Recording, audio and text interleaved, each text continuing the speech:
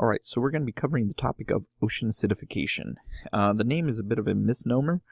It's caused some problems because of the name, but we'll explain that a little bit later on. So, what is ocean acidification? Ocean acidification is the ocean becoming more acidic. Now, an important point is to mention, it doesn't say the ocean is going to be an acid. So again, this is why we've had issues with people believing in ocean acidification, because the ocean is never actually going to become an acid, but it is getting more acidic. Again, we'll talk more about this in a few slides. Now, what are the basic causes of ocean acidification? Really, it comes down to CO2. It's much like climate change or global warming or whatever you want to call it. CO2 is produced by every living organism.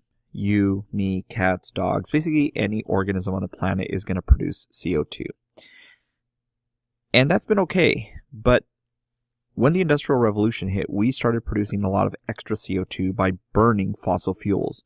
Think about oil and gas, coal, and literally in the billions of tons of the stuff. So about 11 billion tons of just a gas. And the thing is, CO2 is naturally going to dissolve into the ocean. And that's okay because we do need it for things like photosynthesis to occur. But too much is going to be a bad thing. And right now, the ocean is absorbing about a quarter, or about 25% to about 30% of all the carbon dioxide in the atmosphere. Now, this was looked at as a good thing for a really long time because instead of being in the air contributing to climate change, it was going into the ocean instead of into the atmosphere. But it led to some problems, specifically a change in the pH of the water. Have we slowed down? No, we're still producing as much carbon dioxide as we ever have. So, have we had these cycles before? Have we had concentrations of CO2 go up and temperatures go up? Absolutely. So if you look here in our distant past, and they kind of go hand in hand. When you have high levels of CO2 in the atmosphere, you have high temperatures.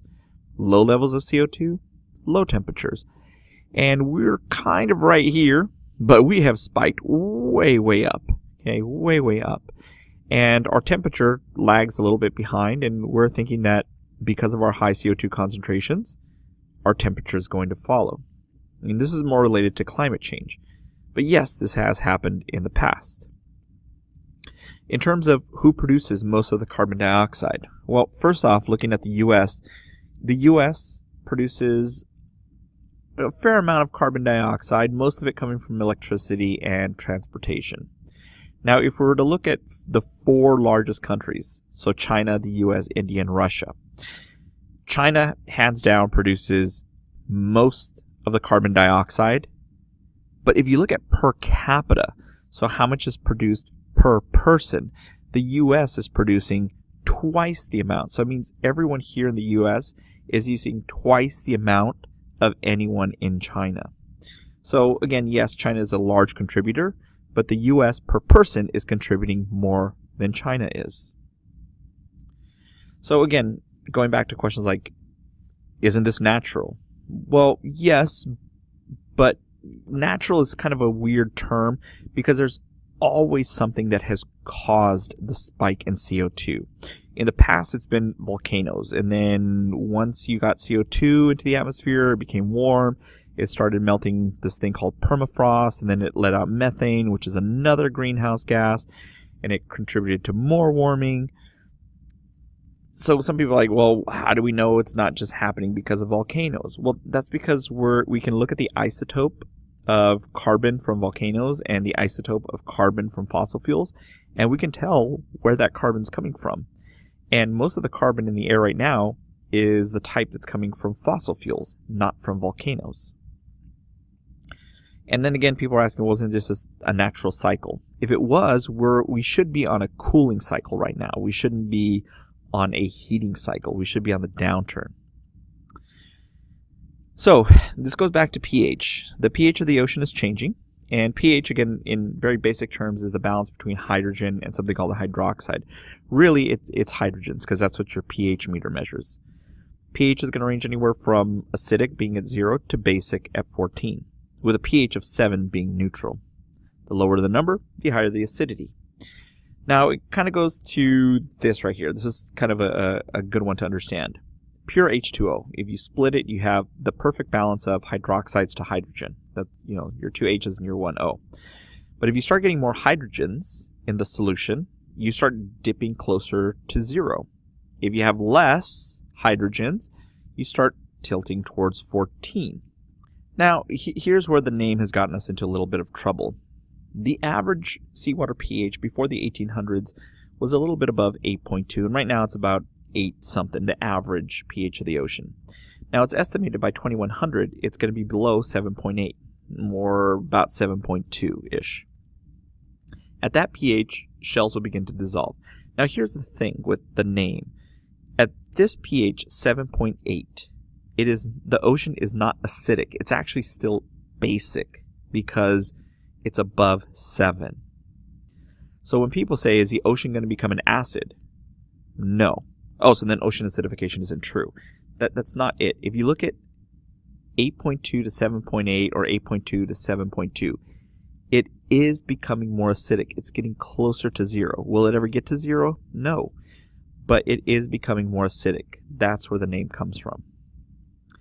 We know about these old readings, like what the pH used to be, what the CO2 concentration used to be, based off of ice core readings, usually from really old pieces of ice, where either air bubbles were trapped or water was basically locked into place. You could melt it and check the pH. And just here's an ice core sample. Calcifiers. So this all goes back to things in the ocean that have a shell. Calcium carbonate, CaCO3, anything, clams, lobsters, oysters, mussels, scallops.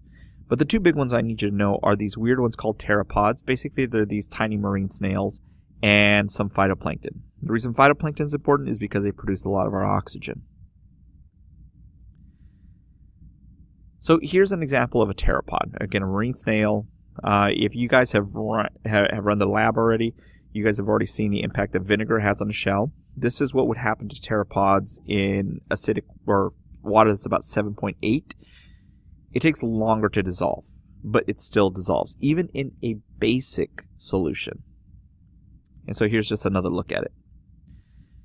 And there is a lot going on in the ocean. There's a ton of factors, temperature, a bunch of other compounds, but we're really focused on carbon dioxide combining with water to form carbonic acid, popping off a loose hydrogen and creating bicarbonate. And the players that you need to know are all on this really large grid that you have. So for shells, it's calcium and carbonate. These two are found floating in seawater totally separate from one another. Calcifiers will take calcium, will take carbonate, and will combine them to form calcium carbonate, which is their shell. Ocean acidification players that you need to know: carbon dioxide, carbonic acid, loose hydrogen, and bicarbonate. This is stuff that can't combine with calcium and is basically useless to calcifiers. Again, just the big thing to know is these two are found floating independent of one another in seawater. Calcifiers bring them together to create their shells.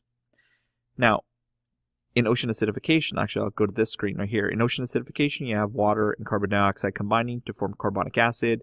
It will split, it will pop off a loose hydrogen and bicarbonate. This loose hydrogen is now in seawater and it's floating around. It will find a carbonate.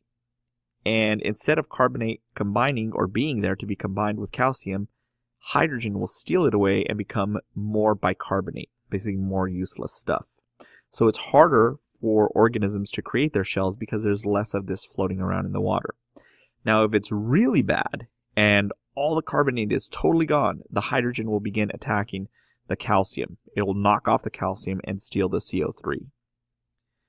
So just the big idea, again, less CO3 means less calcium carbonate, less stuff for shells. Over here, more CO2, more carbonic acid, more loose hydrogens equals lower pH, equals the water becoming more acidic.